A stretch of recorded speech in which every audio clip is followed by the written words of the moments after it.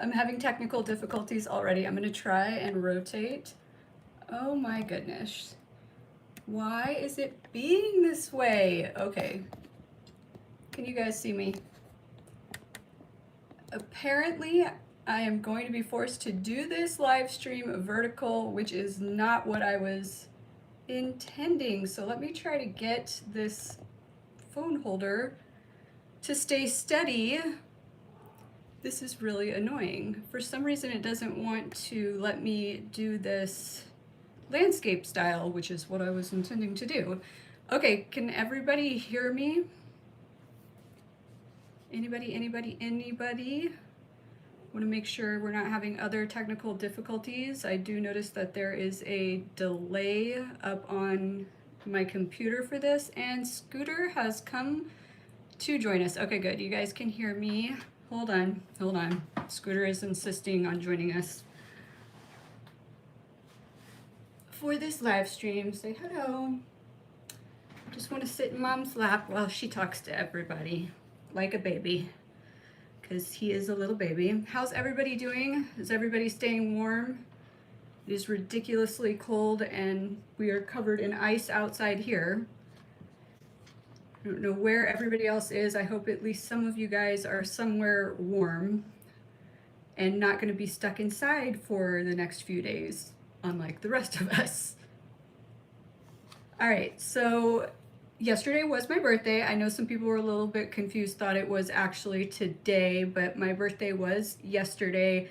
And because of this weather, I am stuck inside, which is part of the reason that I decided to do this live stream.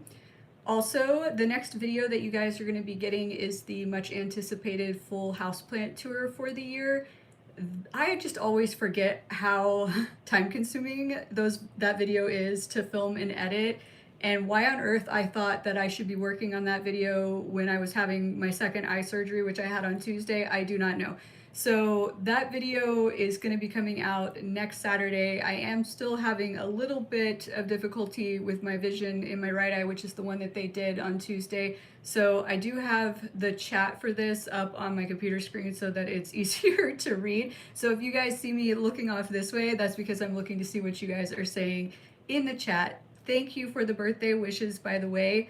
And hopefully, fingers crossed, during this winter storm, we don't lose power, or at least I don't lose power, because in the really bad storm we had back in 2021, I did lose power for days on end, ended up having to relocate with my one cat that I had at the time to a friend's house.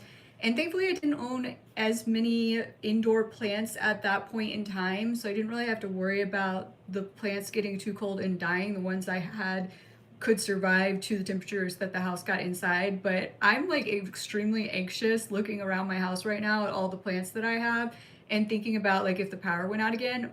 But I did have solar panels installed over the summer. I had 2 backup batteries to power the house if power goes out installed at the same time. And they did finally last week get the solar panels up and running to full capacity. So fingers crossed, if everybody else loses power, I still will maintain power, but I'm still going to be kind of conserving power. Like I'm not gonna be watching TV a lot or anything like that, just in case, because I do not want to try and like wrap blankets around 100-something plants in my house to keep them alive. So, and I took care of the ones outside. I do have my bottle brushes out back, were killed off in the last major winter storm. I had to completely replace them. And this year they finally got as big, like bigger than they've ever been, even the ones that I had to replace. And they were in full bloom right before this storm hit. And so I like panicked. I put like frost cover, blanket, plastic tarp over them so that hopefully they survive. I know it's probably overkill, you guys. I'm probably doing way too much, but is anybody on the chat, like, is everybody on the chat still or in an area where you're stuck inside because of the weather? I know Miskady3833 said she's in Brooklyn frozen in. I'm really hoping some of you aren't. I know some of my viewers are in Australia.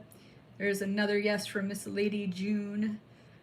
Oh my goodness. And I feel really bad too, you guys, because a lot of my favorite plant shop people here in the area and some other planty influencers in the area all went out to Fort Lauderdale for the TPIE show. and now they're all stuck because the weather there is okay for now, but the weather here is bad. So now they've all their flights have been like canceled and stuff, and so now they're all stuck in Florida. Which there's worse places to be stuck. Don't get me wrong. Florida is looking really nice right about now, but also they're having to pay extra for extra days of hotel and things like that. And so I feel really bad for them being stuck out there, but at least they've got good weather, at least right now out in Florida. But yeah, so I estimate, let's see, Gerald's Thomas said we're getting 6 to 7 inches of snow tomorrow. I think some of you that are more north of me have probably already been stuck inside for a few days. Here, just for those of you who don't know, because people who have always lived up north in the States, or even if you're up in Canada even, people just don't understand that Texas doesn't know what the heck they're doing when it comes to snow or ice.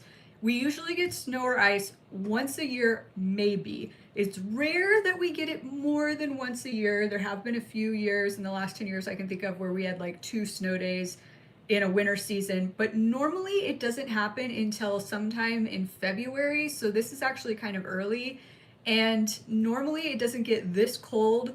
But the big problem is ice.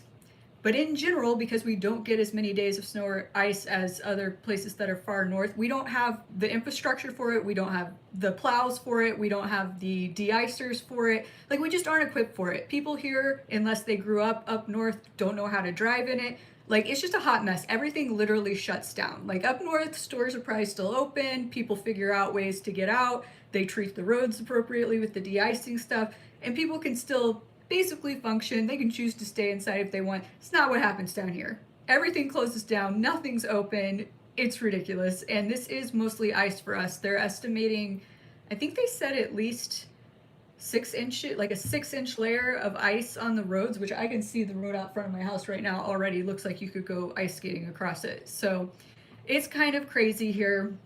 But I did get a couple of good snowed iced in gifts for my birthday. So I got this Yoga for Cats 500-piece puzzle from my friends Chris and Megan, which some of you might remember. I did the video last year where I went and kind of checked on their plants and did some repotting and rescuing of their plants. So they gave me this puzzle for my birthday, and then my sister gave me a 2,000-piece puzzle for my birthday. So if I get bored, this is a Disney villains puzzle. Hopefully you guys can see it okay.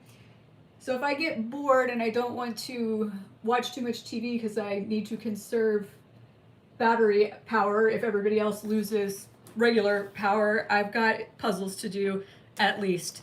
Oh, that one is precariously balanced on some things. Hopefully it's not going to fall over. So super excited about that. Now, my parents did come up here sort of for my birthday, but also because I had my eye surgery on Tuesday. So Monday, they came up Monday evening and they took me to my eye surgery on Tuesday. And then they were planning on staying until Sunday morning and driving back because they have doctor's appointments at the beginning of the week. And they ended up leaving yesterday morning because of the weather. They didn't want to get trapped up here. And they are now living in Houston, and the Houston area, they aren't even going to get below freezing until tonight. But then they're going to warm up enough, I think, every day that they aren't going to be like stuck inside or anything like that. But because they ended up having to leave early, Thursday night they took me out to like a birthday dinner. I went and got vegan sushi from this place called Blue Sushi Sake Grill, or Blue Sake Sushi Grill, something like that. It's really good. I think they have multiple locations. Well, I know they have multiple locations in Texas. I don't know if they have locations anywhere else, but phenomenal restaurant. So that was fun. But we did have a little mishap walking back to the car. My mom tripped over a broken speed bump and fell down and cut her head, broke her glasses, gave herself a black eye. It was not the best ending to the night, but she's okay other than a few scrapes. And the black eye is really where her glasses broke. It like shoved into her eye and gave her a black eye. But she's doing all right. They're back down in Houston now. So let me see what you guys are saying. Once again, thank you to everybody for all of the birthday wishes in the chat. Some of you are bracing for it in DC. Bracing for it? I thought it already hit DC. see, I'm trying to figure out how long to hold shipments for Palm Street customers. Okay, I'm having this issue right now too. I actually had somebody place an order last week, I believe it was, and I was waiting for them to add their heat packs on. They hadn't announced this winter storm yet, so I'm kind of glad they forgot their heat packs because it forced a delay. And then we got the weather report. So now I have basically told everybody that if the temperatures are going to be too low wherever I'm having to ship your plants to, they're going to get held. And they're going to get held until I feel comfortable shipping them, even with heat protection, and that they're going to get there and not have cold damage. Most people are really understanding of this. So if you're in a similar situation, like, just, it should be fine. And if you're buying from a seller who isn't telling you that they're going to hold them, but you want them to hold them, and just send them a like weather report. Be like, look, do you really want me coming back to you saying, hey, I got my plants, but they died? Or would you rather me say, hey, can you just hold on to them so they don't die? Most people are going to be pretty chill about it. And if it's a seller that usually charges a holding fee, sometimes in these kinds of situations, because they understand that the weather is outside of your control, they will hold the plants without an extra charge. Just ask them, just say, hey, since this is something outside of my control, are you okay with holding this, without charging me an extra charge? Most people are usually pretty understanding about that. Let's see. I'm in California and oblivious. I wish I was in California and oblivious, 100%. Like, I actually thought to myself, maybe I should just take a last minute birthday trip somewhere tropical, but I can't do that anymore with these 3 cats that I have right now. Like, it's just too difficult because, as I've mentioned in past videos, Scooter, who is now taking a bath on my lap, is a grazer. So he still just grazes. He will not eat all of his food in one sitting, although he did shock me the other night, you guys. He ate his entire dinner in one sitting, and I thought, oh my gosh, maybe this is the start of a new beginning, a new world, a new era, a new beginning, where Scooter's gonna eat his meals in one sitting, all of them. Nope, it was a one-off. He ate it all right then and then went back to this whole, I eat a little, I'll come ask you for more in an hour, I'll come ask you for some more 2 hours after that, so on and so forth. So anyways, it's really hard for me to just even pack up and go for like a few days somewhere, because I can't just put extra food out with these cats, because Theo will eat it all right away and then none of them will have food for the rest of the time I'm gone. So it's just complicated. But yeah, that was my first thought, was it would be nice if I could just pack up and just go somewhere nice for the next 4 days, because I do work from home, right? I can work from anywhere. So definitely one of the perks to working remotely, but more complicated when you have pets. Hi, Veronica. Let's see. I assume you were in Hawaii because of the name. How nice would that be right now? It would be really nice, and I am working towards moving to Hawaii. That's part of the reason for the name. And yeah, just trying to plan out exactly when that's going to happen. I keep getting thrown curveballs all over the place in trying to make that jump. Hi, Madeline. Hey, Ethan. Ice here in Hampton Roads, Virginia. I'm sure there is. You guys got it earlier than we did. Hello in Germany. Snowy Nashville. I was actually born in Tennessee, you guys. I don't know if I've ever mentioned that. I was born in Franklin, Tennessee. We got people from the UK. What's the weather like in the UK right now? Rainy, dreary, cold, but not snowy or icy? That would be my guess. I feel like, well, I guess it depends on what part of the UK you're in. I don't know, I feel like a large part of the UK is very similar weather to Seattle, which I did live in Seattle for 3.5 years. Was not my favorite kind of weather, but once again, I moved a lot growing up, you guys. I don't know if I've ever given the full rundown in a video, but I moved around a lot. But most of my life I lived in the southern United States until we moved to Seattle. So that was like a drastic weather shift for me, and I was not even remotely about that weather. It's way too much rain for me. Like, the summers were fabulous, don't get me wrong. Like, I highly recommend, if you want to go visit Seattle, go visit in summer, but don't think you want to move there based off summer weather and your summer experience in Seattle, because the winters are drastically different. And we got people from Austria. What time is it in Austria? I feel like some of you are up really late. Or maybe, yeah. Or maybe it's really early. I'm not really good with the time changes for overseas. 6 p.m. in Austria. Okay, that's not too bad. That's like not a super drastic time change to where like right now it's 3 a.m. in the morning for you or anything like that. Oh, you've got snow too and love it. I did not go out as there was snow. Yeah. Yeah, I don't go out in snow. I'm not built for the snow. I get cold at the drop of a hat. Like, it is not my thing. Cold is not my thing. I would much rather be hot than cold. Scooter is readjusting. You want to say hi, Scooter? Are you tall enough? If you looked up, they could probably see your face. No, what are you doing?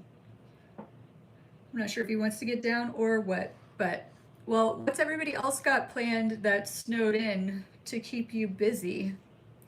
Like I said, I got some puzzles that I'll be working on. I'm glad to see we got 20 people in here. I was kind of worried I was going to be doing this too early and people were not going to be happy with me, but I am a morning person.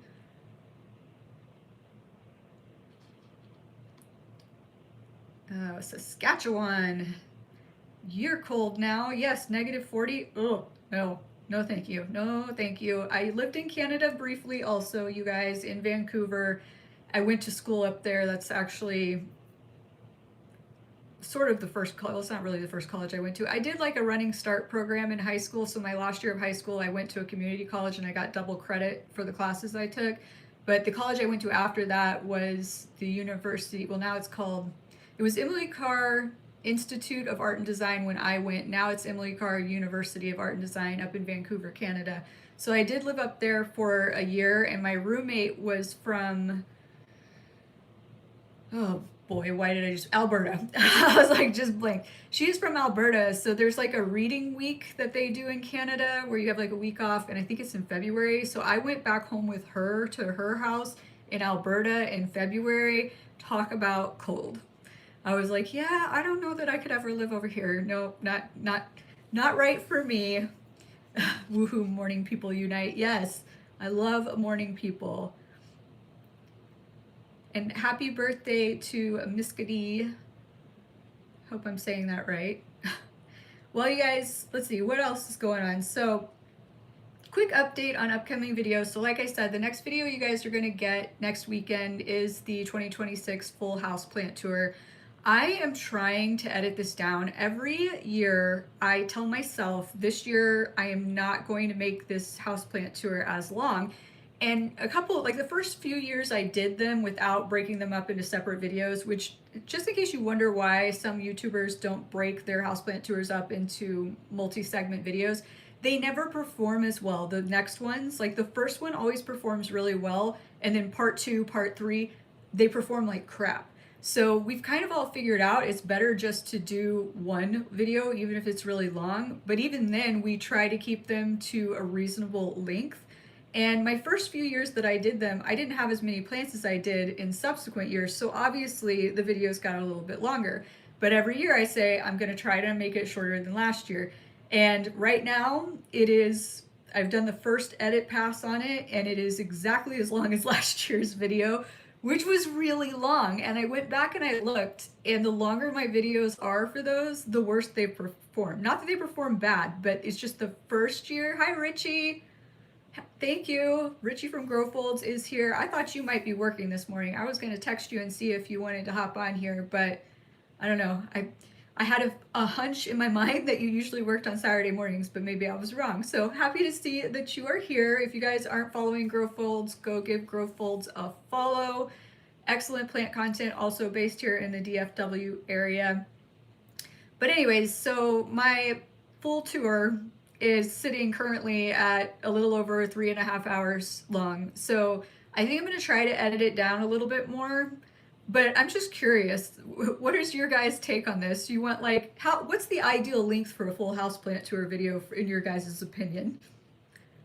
I would love to know before I try to edit this way down for no reason whatsoever. You guys know me, I like to talk about the plants a lot. So in this year's full houseplant tour video, I'm basically going to be telling you guys kind of what happened with the plants over the course of the year and what my goal is with that plant for over the course of 2026. So I don't know. I like to talk about my plants, and sometimes it just goes long. Richie, you're going to work. You're still needing to work, but you're okay. Oh yeah, I didn't think about that. So there, where you work is still open?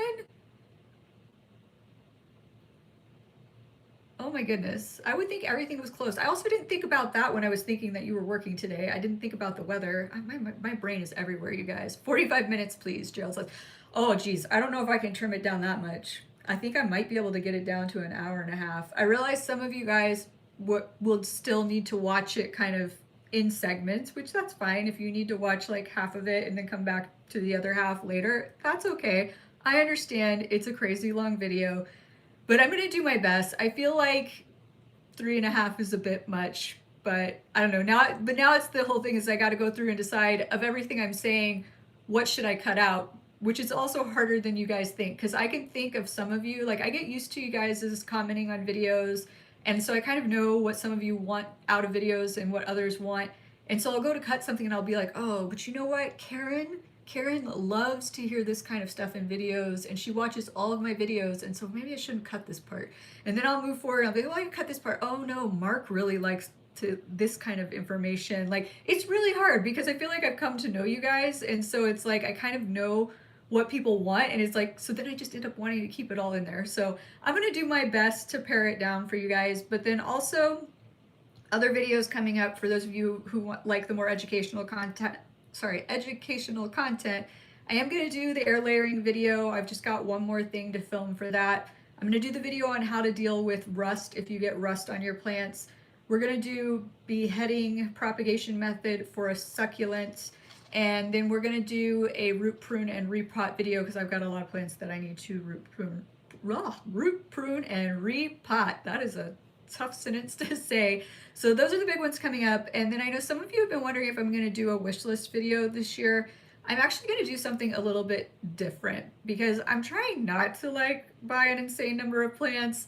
And every year I do my wish list video, and then I'm like, all the plants that are on my wish list are now in the forefront of my mind again. And then I end up going and buying a bunch of them. It's what happened last year. It's what happened the year before. Like, and I'm like, I don't need to put myself in that situation anymore. So I think what I'm going to do, I'm going to do something a little different this year. I think I'm going to do a video called Wishlist Rejects, and I'm going to talk about all the plants that aren't on my wish list that are super popular and are on a lot of other people's wish lists, and why they're not on my wish list. I think that's what I'm going to do. Maybe I'll do a what's on my wish list video later in the year, but I kind of just want to change it up a little bit starting off 2026. Let me catch up on the chat. Man, you guys, I kind of wish I could just read it on my phone, but once again, I had my second eye surgery on Tuesday. That font is really small and my vision is still really blurry in this eye, so I've got to look on the computer monitor over here. I see some of you like long videos. Don't mind long tour videos.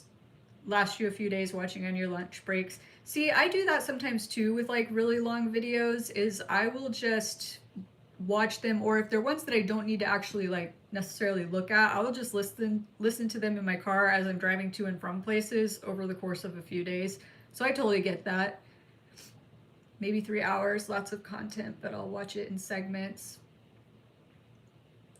An hour to 90-ish minutes. See, I kind of feel like that hour 90 is kind of the sweet spot. I don't know if I can get it down quite that far from 3.5. I don't know. We'll see what I can do, you guys. We'll see what I can do. Let's see. Well, thank you guys for joining me. 22 people now. Loving it. Let's see.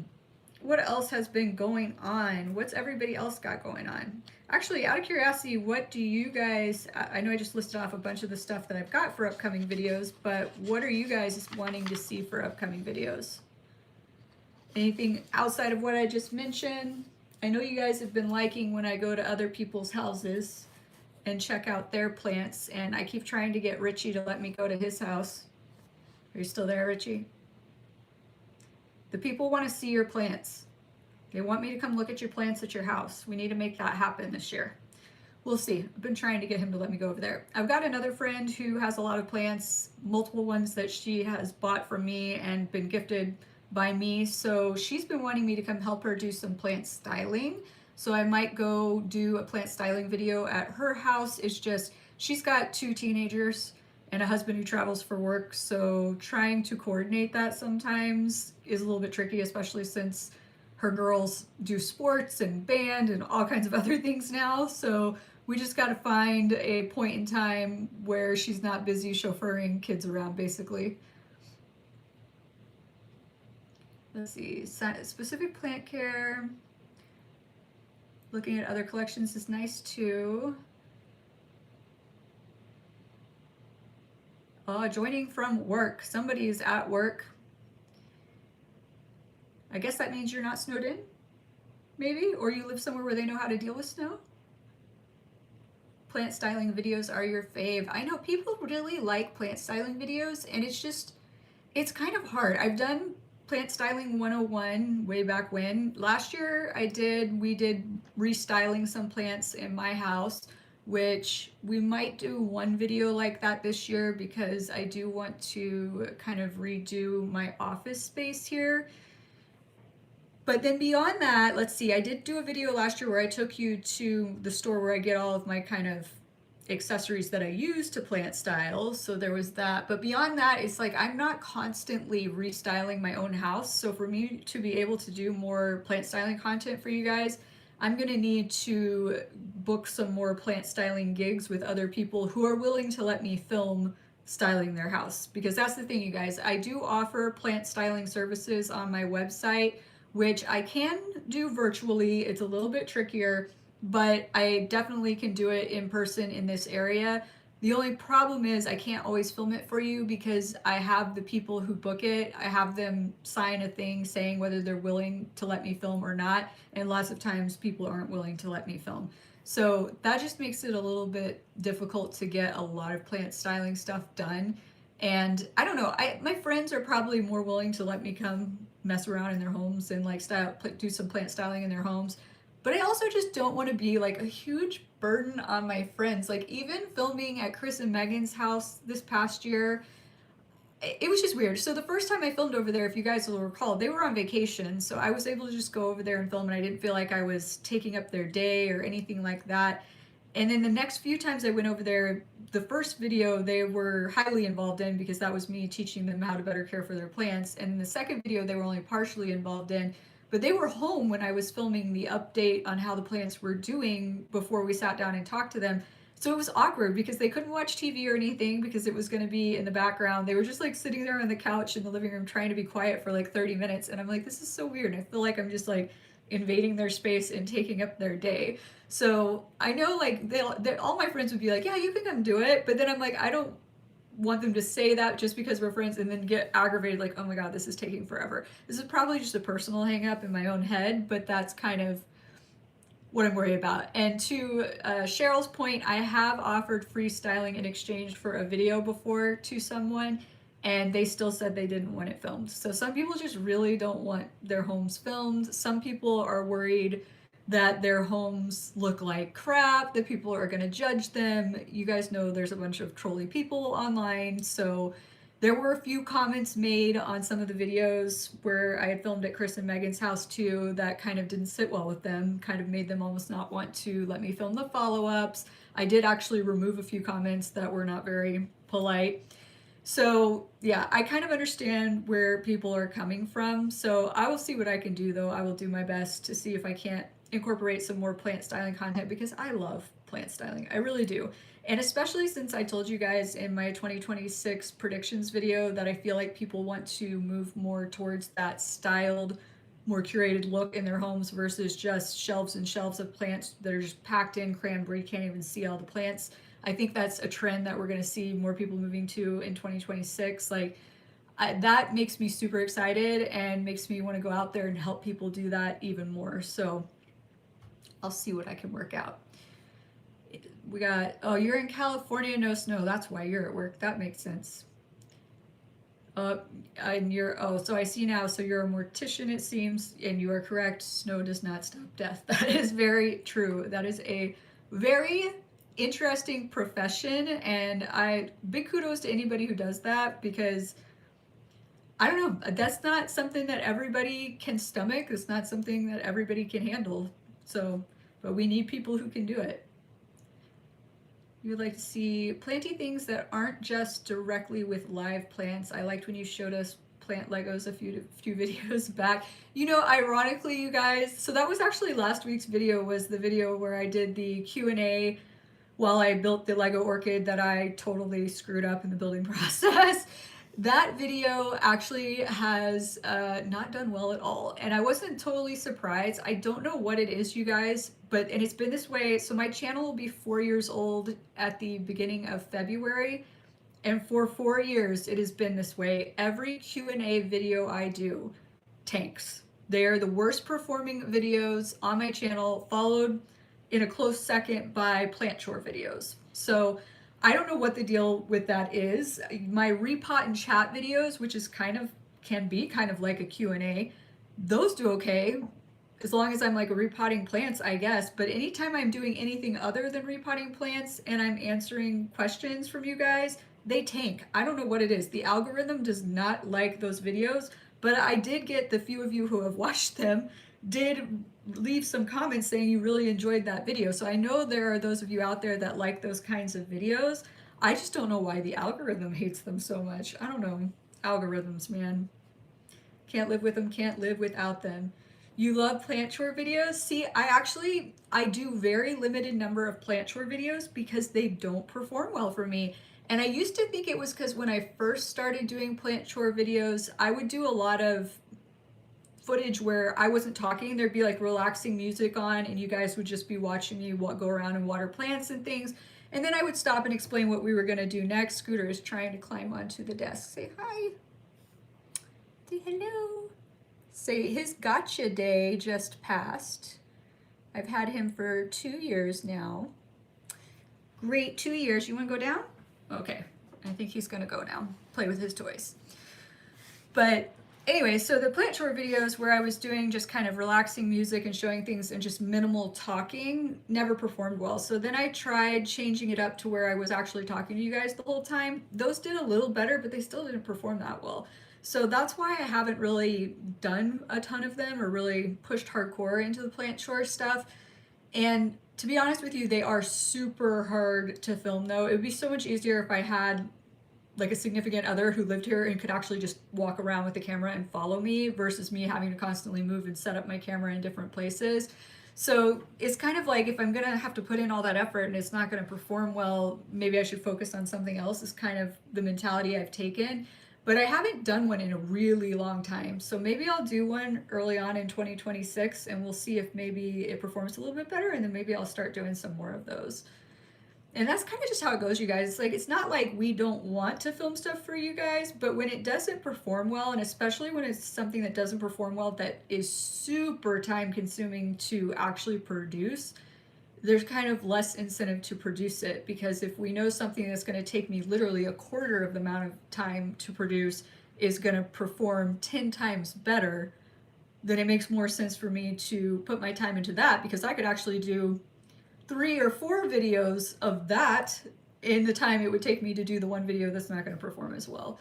But every now and again, I still like to do them just to see if maybe things have changed because I honestly can't figure out the algorithm sometimes. And it's just so funny too, because sometimes the things that make people go viral are not the things you expect. So Wild Fern, for example, her first video that made her go viral was a plant chore video. And so for the longest time, that's what she focused on. She did like tons and tons of plant chore videos because that's what made her go viral. And the algorithm decided that that's what it would push to people. So her plant chore videos got pushed out astronomically to people versus none of mine have gone viral. So they're just like, the algorithm's like, this is not really what your people are here for. You guys are usually really here for the educational content. Those are the videos that really produce well for me over time. And then you guys like, as far as what I would say is not evergreen, so it's not something that people will come watch over and over again, like educational content, the non-evergreen content. You guys really like list videos, like top 10 philodendrons, wish list videos, things like that. Those are always well-performing videos. And then anytime I decide I want to talk about the tea, about something and do a planty ranty video where I go off about things, you guys love those videos. Although I do get the most trolling comments from people who are not regular subscribers on those videos as well, which is always a little bit annoying. But I would tell Scooter you all said hi that are saying hi.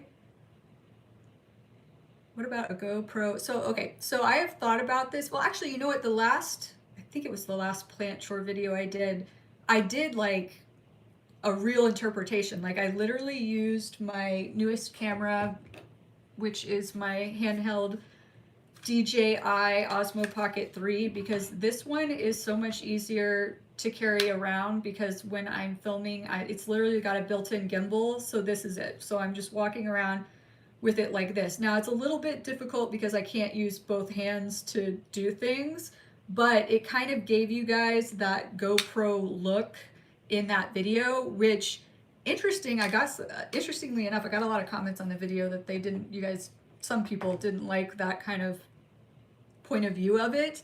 But I do have a GoPro, but it's super old. It's like the GoPro 2.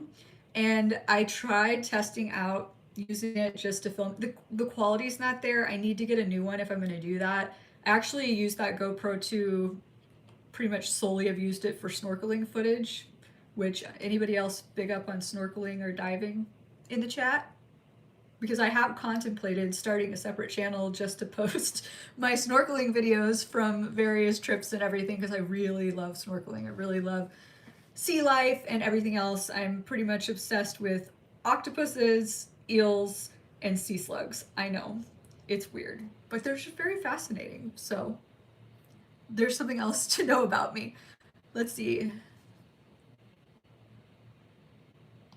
Oh, you said that the new algorithm changed a lot this year. I haven't actually even dove into what the changes are yet. I know YouTube's rolling out some new things to help creators.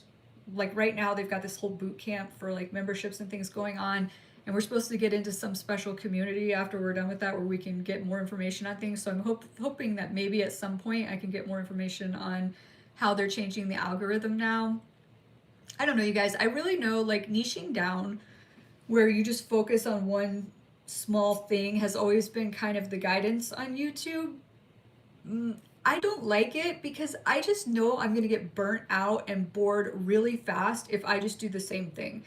So like there's channels that just focus on fiddle leaf fig care. I'm like, I don't know how you could produce enough content over the course of, let's say, 10 years just focusing on fiddle leaf fig care that's not repetitive. Does that make sense? Like, I don't know. And how would you just not get bored and burnt out? I like to have variety on my channel, but I think the algorithm, and maybe this will be something they've changed this year with the algorithm, but the algorithm in the past just doesn't necessarily like that. It really wants you to focus on one thing, and then it just wants to take off with that thing. And even though like it has taken off with my educational content, it actually would be more happy if, for example, I only talked about calathea. And honestly, my calathea videos get a lot of views, so I actually probably could really take off if I just only talked about calathea. But I don't want to only talk about calathea. I would get really bored. So yeah, I mean, could I be doing things to make my channel get bigger faster? Yes. Are they things that I necessarily want to do? No. So that's kind of where I'm at with that. I missed this. Wishing on the moon. What are we saying is not weird? They're cute.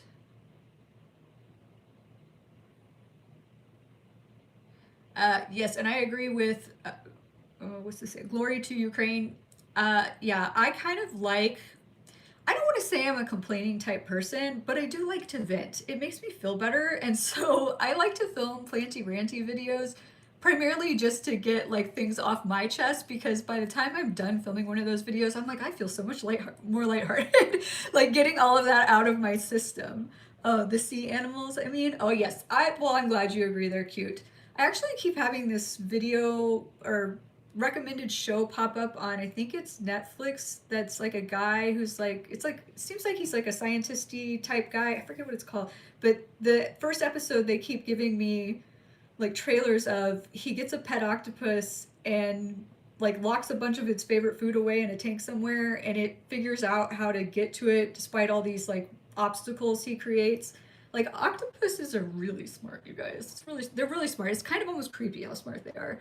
But I don't remember what that show was, but it looked kind of interesting. I should probably watch it at some point.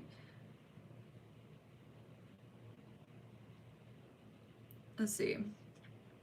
You've never snorkeled. If you guys ever have the chance to snorkel, I highly recommend it.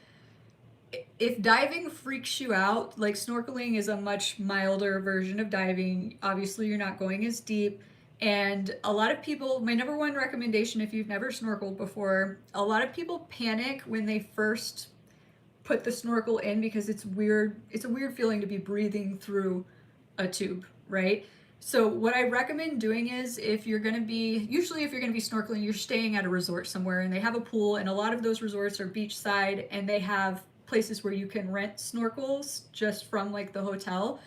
Go rent a snorkel and just get in the pool with the snorkel first so you can just stand comfortably. There's not waves or anything like that, and just put the snorkel on, put your face in the water and kind of figure out, get used to what it's like breathing through a snorkel. Then take your rented snorkel, go do the same thing in the ocean, you know, where there's more movement and stuff, and then just in the shallow part of the ocean, get used to floating on your stomach and breathing and moving around a bit. Because I think where a lot of people get panicky and freak out and turned off of snorkeling is when they don't do the practice first and they go straight on a snorkel tour on a boat and they jump off the side of the boat and then they're trying to, you know, swim and there's waves, and even if they're light waves, and everybody panics and then it like turns people off of snorkeling. So please, if you've never snorkeled before, give yourself a little practice run before you actually go on like a snorkel tour, just so you don't have that weird experience, because it can be very like disconcerting if you've never worked on breathing through a tube like that before. Oh, reef tank. Reef tanks are, oh, I know so many people have giant reef tanks. I don't know. It's a lot of upkeep, you guys. I had a fish tank as a kid, and it was just one of those like this big, like freshwater tanks. Saltwater tanks are a lot of upkeep, but oh my gosh, saltwater fish are so gorgeous. I mean, I suppose like if you have a good amount of money, you could just hire somebody to maintain it for you, and then you can just enjoy all the fish and everything.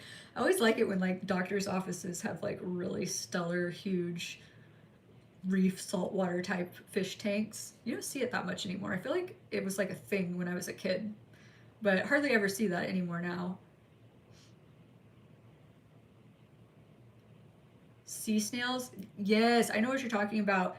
Also, so this is part of the reason I like sea slugs is there's these ones that I can't remember the scientific name right now, and I probably, if I'm not looking at it, I probably pronounce it completely wrong. But I saw one in Hawaii in a, it's called like a tide pool. So in a rocky area, sometimes when the tide comes up, it comes in and there's like this drop of like an erosion type hole down in the rock, and so it fills in with salt water, and life, sea life and everything starts to develop in these tide pools. And so when the water level's down, you can actually hike down to these tide pools and you can snorkel these tide pools. And so I was snorkeling a tide pool in Hawaii when I was in Hawaii to get married, and I saw this sea slug that was solid white, and I mean it was the brightest white you've ever seen. And then on its head and around like its body, like where we would call like where its like feet and everything are, was looked like a lace doily that was jet black. It was the most beautiful thing I had ever seen, and the lacy parts were kind of undulating, and it just looked so cool, and I was so fascinated. I was like, that was actually the first sea slug I've ever seen snorkeling before. It was so gorgeous, you guys, and I looked it up afterwards. Never, and I figured out the exact species, and I have a friend who is an aquatic biologist, and so I reached out and I said, this is what this is, right? He said, yes. There has never anywhere near that island in Hawaii, never has there been a documented case of that sea slug before. So that was a really cool experience. How many times have I been to Hawaii? I have been to Hawaii, let's see, the first time I went was when I was getting my undergrad degree. I think I was 21, and I went with my family, like my parents and my sister, and that time we went to Oahu and then to Kauai. And I actually had to go back to school. They stayed an extra week. I had to go back to school because I had classes. So I missed out on some cool stuff, but you know, school. And so then I went back after that for, I think the next time I went was for my wedding. When was my wedding? My wedding was in, I want to say 2015. I don't know, you guys. The divorce was not good. And anybody else have this experience with like bad things in your life? Your brain starts to block out memories of everything around that time in your life. I have this problem. Like, I have a really good memory. Everybody tells me all the time, like, you have the best memory. But if you ask me about something that happened around a time when something traumatic happened in my life, it's like I have this fog. My brain has just purposefully eradicated all memories. And I'm like, I don't know. And they're like, what do you mean you don't know? You remember everything. No clue. Which is why when people ask me what year I got married after going through the divorce, I feel like that's all been kind of blocked out too. But I think it was in 2015, and we got married on the island of Kauai, and then we honeymooned on Maui. And then for my 40th birthday, so 4 years ago, my parents asked me, like, it's your 40th, do you want to do something big? You know, we're looking at possibly using our timeshare points to go to Hawaii. So I went to Hawaii with them, and we went to Oahu that time. I'm glad you're saying that's pretty normal, wishing on the moon, because sometimes I feel crazy. I have not been to the Big Island, and everybody says the Big Island is great. That's next up on my list for sure.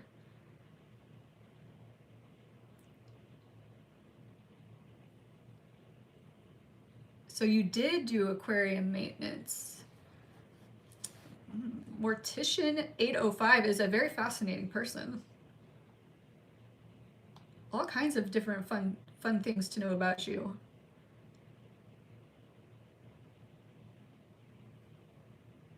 Oh, tide holes off the coast of France?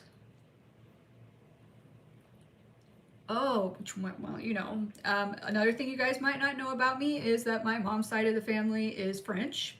So my grandfather, who was not French, was stationed in Paris as part of the reconstruction efforts after World War II. And that's where he met my grandmother. And so then they got married. She moved to the States. And she's the only person from the French side of the family who's ever permanently moved to the States. One of my, I think he's my third cousin. He lived here in the Dallas area for almost 10 years, I think, working for a company, but then he's now back in France. So I got connections in France. You need to tell me exactly where you went snorkeling. Oh, the botanical island on the botanical garden on the Big Island. Yeah, the one, so interestingly enough, on the thumbnail for this live stream, and I've been using this for a lot of my thumbnails on my channel, you'll see the big Gloriosum leaves in the background of my thumbnails. That picture was actually taken from the botanical garden on Kauai. Wait, maybe it's the one on Maui. No, I think it's the one on Kauai. I could be wrong, but I'm pretty sure it was the one on Kauai. So that was actually taken, that's just a bunch of Gloriosum that were growing in that botanical garden. It looked really pretty, and that was before I actually started my YouTube channel. I took that picture, but it looked so cool. I use it all the time now for various things on my channel. Any native roots? Can you be more specific, Kelsey? Oh, okay. So I took 3 years of French wishing on the moon, and here's my complaint. And I understand, okay, my mom and her sister were not raised speaking French, even though my grandmother was French, because my grandmother came to the US at a time where being an immigrant was not, even a French immigrant, was not the best thing. So she didn't want her kids to be seen as children of a French immigrant. So she didn't teach them French growing up. But then my mom went to school and majored in French and became a French teacher. So my mom's fluent in French. And I wish my mom would have actually raised us, my sister and me, to speak French like growing up, because it's easier to learn as a kid, but she didn't. So then she forced us to take French in high school. We weren't allowed to take any other foreign language. It was not a choice, okay? And so we were forced into 3 years of French. But when you don't use it, you lose it. And she rarely would like talk with us, because she would spend all day at school talking French with everybody. So then she would come home and she would just want to talk in English. And so, yeah, I basically lost my French. I mean, I can understand enough to read like what somebody's saying, and I could probably write out a good bit, but I always honestly struggled with understanding it spoken out loud, because a lot of the words run together and they sound like a different word. So I always kind of struggle with that, versus like, I actually can follow Italian pretty well because there's a lot of similar words in Italian, but Italians have a very distinct enunciation where it's like they kind of raise their voice at the end of a word, and so it's easier to kind of follow along with what the words are. It's just a weird thing. I wish I was completely like fluent in French, but yeah. Native American. That's not rude. It's not rude, and yes, I do, so it's kind of funny. Sorry, guys, my nose is running a little bit here because it's so freaking cold. So it's funny that you asked that because the man that my French grandmother married, his mother was full-blooded Cherokee. And his father was apparently whiter than white, and we don't know anything about him because back then that was really taboo to be a white man marrying a full-blooded Cherokee woman. So a lot of our family history on that side, on my grandfather's side, is missing. And we think it's purposefully missing because they didn't want to really publicize, you know, their relationship. So technically I think that makes me a quarter Cherokee, right? Not that I look like it, whiter than white, but quarter Cherokee. You guys are getting all kinds of interesting non-planty information, but hopefully you guys are enjoying it. We got 30 people here in the live stream. We're just kind of hanging out, you guys, not really necessarily talking planty things. We're just talking all kinds of things because it's cold and we're stuck indoors. And if you're like me and living alone, you might as well just come hang out and chat with us. I do look Native American or Italian. Whoa, my French family might not want to be hearing that. There is a little bit, with the younger generations, this doesn't exist, but my grandmother, because she lived in France during World War II, and, you know, Italy was part of their, like, protection, right? And Italy kept changing their mind during the war as to whose side they were on, so, you know, they could, as my grandmother put it, they could go to bed one night and think Italy had their back and wake up the next morning and Italy's letting the Germans in, right? So she had some very strong feelings about Italy pretty much the whole time she was alive, just about equally as strong as she did about Germany and Japan. You know, she had bombs dropped on where she lived. They were having to go to bomb shelters in the middle of the night and everything else.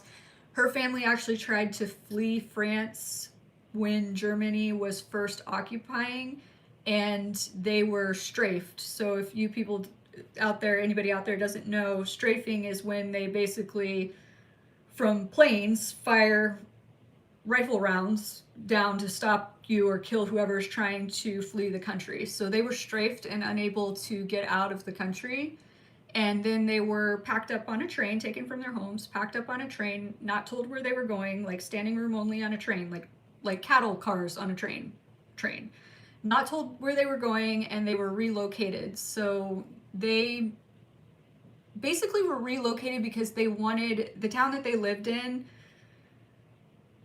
Oh man, I am like blanking on names today. Metz, something like that. They wanted the peoples who lived in that town's homes to house the German soldiers and military people. So they basically took everybody from their homes and moved them up to the Paris area.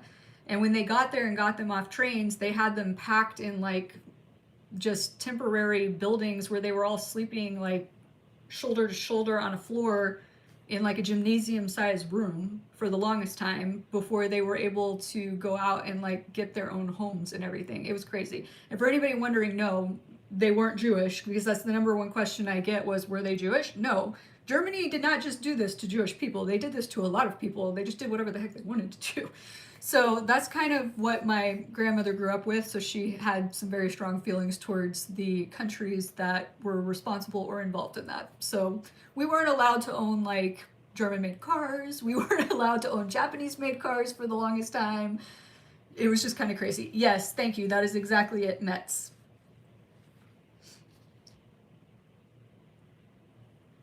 Yeah, war is crazy. Oh, you got sun this morning instead of fog. Yay. You'll photosynthesize for the rest of us in the chat. We appreciate it. You guys can be nosy. I don't care. I'm sure my Native American ancestors would love to hear that I look potentially Native American. I do get told all the time that I look just like my grandmother. Would you guys like to see a picture of my grandmother and grandfather? Because I have one I can go grab. You guys can tell me if I look just like her or not. You let me know in the chat. I don't mind sharing. I find like people's family history backgrounds very fascinating. Your mother's family immigrated from Germany, and she only taught her oldest of 10 children German, and it burned your mom out too. I know, it's like the kids are all like, why didn't you teach me? And I'm sure even in that situation, I can imagine it was even a stronger feeling of people really were not fans of Germany after World War II. So in that case, they probably really didn't want the kids going around speaking German or saying that they knew how to speak German. I can understand why, but yeah, I think as kids, like, or as adults, we all kind of wish if we had foreign family roots and we had people in our family who knew how to speak languages, we all kind of wish they had taught us it growing up, just because we all know it's easier for kids to learn it and it's just so much harder as an adult. Y'all want to see? Okay, let me go grab a picture real quick. You guys are gonna have to stare at my bookshelf for a second.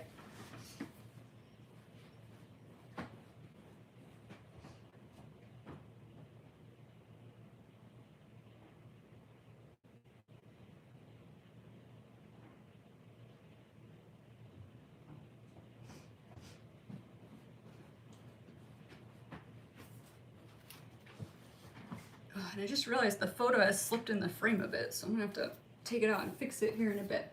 And the ring light is gonna show up, hopefully. Let me get her face in the ring light circle so you can see. That is my grandmother. And then if I can get my grandpa in there, that is my grandfather, who is half Cherokee.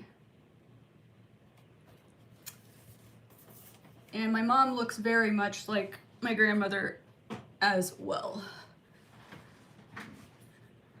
Yeah, everybody says I look a lot like her. My sister, interestingly enough, looks more like my dad than my mom. She's got, like, her hair is not naturally curly. This is natural curl, by the way. Her hair is not naturally curly. It's blonde, and she's got green eyes. So, kind of completely different look.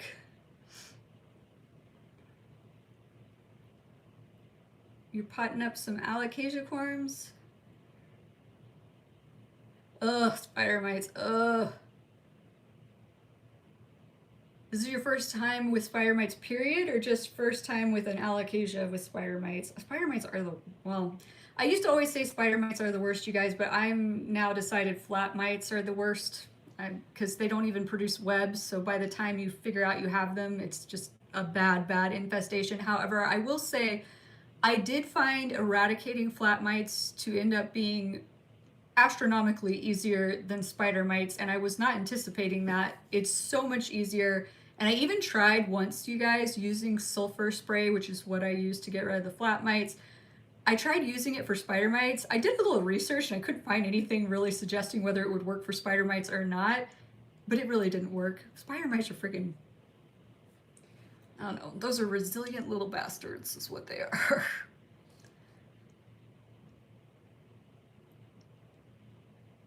So there is a spray, I have a DIY spray that I use that works really well because it does have hydrogen peroxide, alcohol, which will kill adults on contact.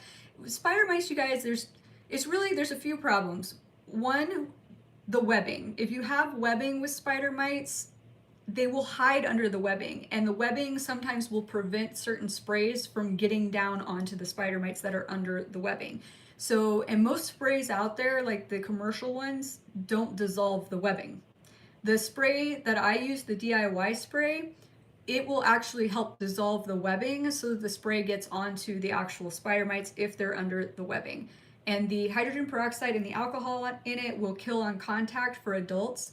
The other ingredients, like the Castile soaps, the peppermint one and the tea tree, those actually will do what you're talking about, which is help deter other spider mites from coming onto the plant because they don't like the smell of it. There's something about those ingredients that really kind of turns them off. That's why it works really well as a preventative spray as well. But also there's something about the green tea tree oil that affects the eggs.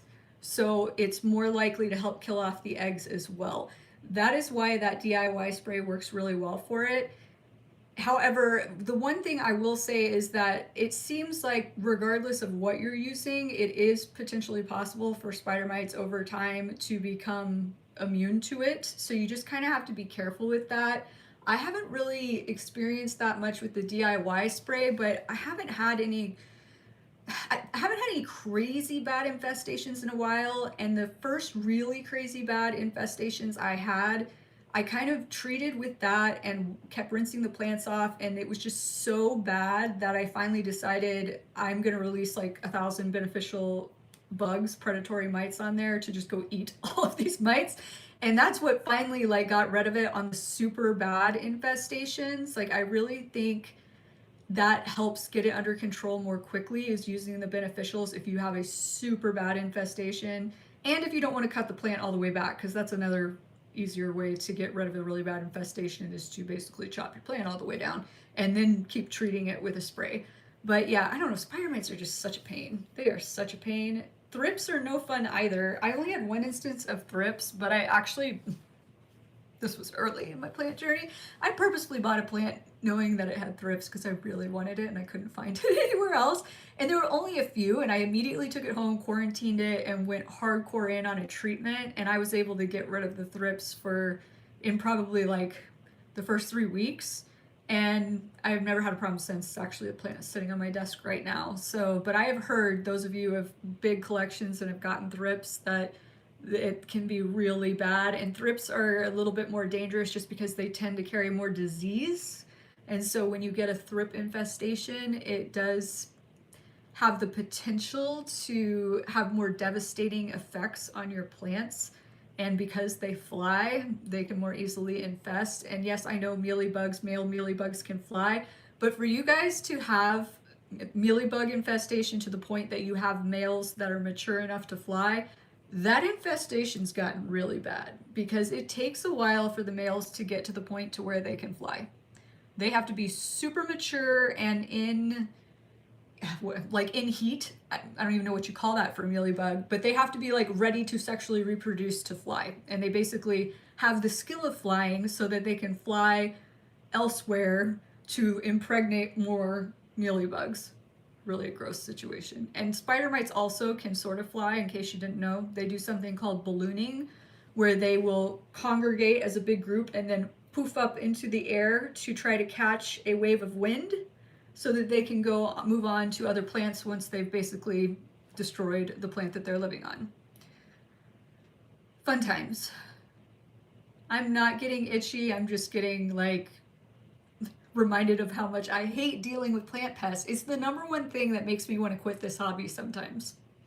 It's just such a pain in the ass, you guys. It really is. And when you have like as many plants as a lot of us do, like you don't have good ways to quarantine. It's almost always more than one plant. If you just find them on one plant, they're probably already on another plant, because we just have so many plants that are close enough to each other that that's how it happens. It's the biggest downside, at least in my opinion, of this hobby. And it has more than once almost made me want to quit it. So that's the truth. Thank you, Mixin Plants and Crafts. It's your dream to have a plot of land in Hawaii and grow indigenous. Yes. And you know what? That's the whole thing, you guys. The more I think about it, I had talked about in my video where I went and toured Doc Block's place and his plants and his gardens. I had mentioned he doesn't have any plants in his home, like inside. And a lot of those big plant people out in Florida, they don't have houseplants. They don't know anything about growing houseplants, because all their plants are being grown outside because they can. And the more I think about it, the more I think that if I finally like move to Hawaii and I am somewhere where I can put all these plants outside, I don't know that I will have that many inside either, primarily just because by having them outside, they have access to the beneficial bugs to take care of the pest infestations. Because for whatever reason, the beneficial pests never find their ways into our house. Only the bad bugs seem to find their way into our house. Explain that one to me. Although I have had a lot of you tell me you've never had plant pest problems. A lot of you have admitted that you live on farms or in very rural areas, and that you do get a lot of spiders in your home. And spiders are great general predators, and they will eat almost every plant pest. So I have a slight hunch that those of you that are in that situation who have never had plant pest issues, I have a hunch it's because your local spiders that are finding their way into your house are taking care of business for you.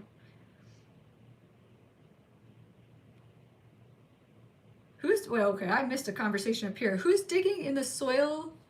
Is there a pet digging in the soil and eating the plants? And the sprays you found here smell like garlic. Is this like a pet safe spray? What did I miss here?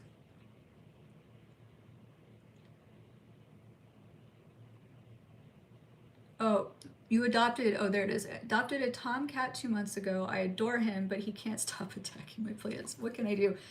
Oi. So is he attacking all of them, no matter whether they're toxic or not? Is it just every plant's up for grabs, or is the cat going for specific plants?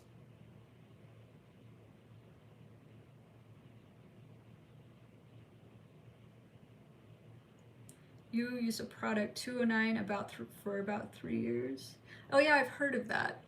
Some of these products that you guys talk about though, like I can't get here. Yes, I used sulfur and that is what worked for me. There's actually a video on my channel. I don't remember what it's called, but if you search flat mites, like, I don't know if you guys know this because I don't think you can do it from your phone, but if you're on your actual computer, laptop, or desktop, and you go to anybody's YouTube channel and you click on their videos tab, you can actually search just their videos by name. I don't think you can do it on your phone that way. I think anytime you try to search on your phone, it just searches all of YouTube. But if you go on an actual computer and search that way, you can just type in flat mites, and the video where I treated for my flat mites and explained how I made the sulfur mix and everything is on my channel. Did we get an answer about the cat? If the cat's going for all today, my pink princess Philo is missing her newest leaf, and my baby is nowhere to be found. Did he eat the entire plant? Oh my goodness. Okay, so here's my experience with cats and plants. Toby was the only cat that I still had. Toby, if you're new here, Toby was the cat I had when I started this channel. He was the only cat I still had when I started this channel. I got 3 cats when I was first an adult living out on my own, and they all lived to be over 14 years old. But then, you know, they were getting old, and one by one, I unfortunately lost them. So Toby was the only one I still had when I started this channel. Toby's the only one I had when I really started getting into houseplants, and he just didn't give 2 cents about the plants. He would actually go kind of snuggle up against the ficuses all the time when they were behind my couch. It was really cute. But he never tried to chew them or anything. He just never had any interest in them. So I got lucky in that regard. And then when I got my current 3 cats, I got Theo first, and I was every shelter and every rescue group I went to, I was asking, like, do you know, like, have any idea if this cat is good around plants? And I kind of actually started going more towards rescue groups that were rescuing from no-kill shelters, just because I knew they were in foster homes and I might have a better idea of if the cats were going for plants or not and trying to eat them. But yeah, nobody knew. It was like none of these foster people had plants, I guess. And so I brought Theo home just having no idea how he was going to be, and I just kind of really, you know, stuck with him the first few days to see what he was going to do. And he'd go sniff the plants and he would kind of rub on them. And if he looked like he might put his teeth on them, I'd be like, oh, no, let's not do that. Let's play with the toy. And I would give him something to, like, distract him and be like, this is what you should do instead. Which kind of worked and kind of didn't, because he learned real quick if he wanted to get my attention and wanted me to do something, all he had to do was go stick his mouth on a plant and I would get up and come see what he was doing. So this has now become, I've had him for 3 years now, I think. This has now become how he gets my attention. If he wants breakfast, he'll go bite on a plant to get my attention. And this is another thing, usually they're pretty good about figuring out what's toxic and what's not, and they will go purposefully chew on the non-toxic plants. So he chews on my calatheas and my marantas. That's the only thing he will try to really chew on now. When I got George is a saint. George doesn't care about the plants, but George also listens to everything I say. If I tell George, we don't do that, George never does it again. George is a good cat. Then I got Scooter, and that was a whole nother story. Scooter was chewing on everything. He was chewing on toxic ones, but then he would do the whole, like, oh, that doesn't taste good. Like I said, normally they figure it out and they'll stop eating the toxic ones, which none of my plants are like toxic to the level that just chewing once on a leaf is going to hurt them. This is not like lilies, which are one chew and the cat's probably going to die situation. It's really just not good for them. Like you wouldn't want them like eating an entire monstera leaf or something like that. But it's really rare that they would anyway because it really aggravates the inside of their mouth. So Scooter figured out real quick, like I don't want to chew on those, but hey, the calatheas and the marantas seem to be good. So he will go eat on them if he's hungry and I wake up later than normal. But beyond that, I have been pretty lucky with them. Now, I will say if you aren't in a situation where you can just move plants out of the way, I have had some people tell me that they have had luck with two things. One, cat grass or any other kind of catnip, cat grass, any type of cat plant, getting that, and just you can buy just seeds too and keep regrowing them. And a lot of people have said when they give them their own plant that is strictly for them to eat, and there's something in the cat grass that really attracts them, that then they leave the rest of the plants alone. So they just strategically put out cat grass around their home for the cats to chew on. I actually tried that when I first got Theo to try to get him from trying to train me by putting his teeth on my plants to get what he wanted. And he just literally ate all of the cat grass in one sitting. And I was like, well, I can't be like buying new cat grass every single day. So that didn't work for me. But also for some reason, cats are very attracted to spider plants, which are non-toxic to cats. They really like to chew on spider plants. I don't know. There's something in those plants too that just seems to really attract them. So I do have some friends who own spider plants just so their cats have a plant to chew on that they leave the rest of their plants alone. So those are kind of the things that I have heard that have really worked for people. I honestly have heard nothing from anybody that works in regards of like spraying things on the leaves to try to get them not to chew them. I've never really heard much of any success with the whole putting tin foil in the top of the pot to stop them from digging in the pot, or using the pot as a litter box, which I've heard some cats do. I've heard people try putting like sporks stuck handle down in the soil so that it's uncomfortable for them to step on. I have really honestly heard from most people who tried that eventually the cats figure out how to pull the sporks out with their teeth and then they just get back in the pot. So I feel for you. But I'm thinking maybe try, if you haven't, cat grass or getting a spider plant, and see if you can't just train the cat that this is your plant that you can chew on. You need to leave the rest of the plants alone. That's my best recommendation there. Oh, searching a channel works on your phone? How do you do it? Because I tried that. Well, I can't do it right now because I'm using my phone to do this live. But I tried earlier, and the only search thing I saw took me just like search all of YouTube.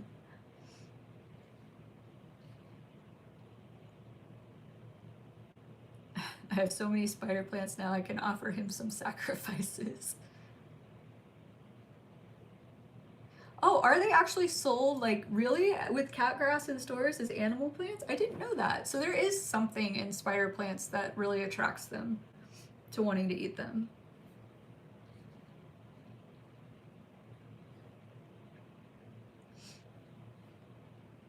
Well, the good news is spider plants, like, produce a ton of babies, so you probably just have one spider plant and keep replacing it with its babies for your cat without having to buy any more.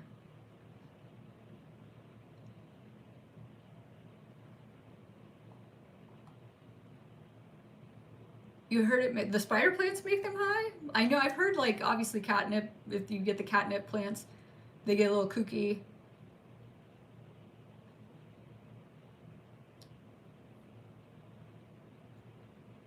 Just catching back up on the chat here. What time is it? Oh my gosh, we've been on for over an hour, you guys. Scooter has come back. Hold on. He's like, I heard you talking about cats. I'm the expert about cats and plants. Let me tell the people. Let me tell the people about cats and plants and why they chew on the plants. He goes, we chew on the plants to get our humans' attention. You need to give us more pets, more food, and more love, and more playtime, and then we'll leave your plants alone.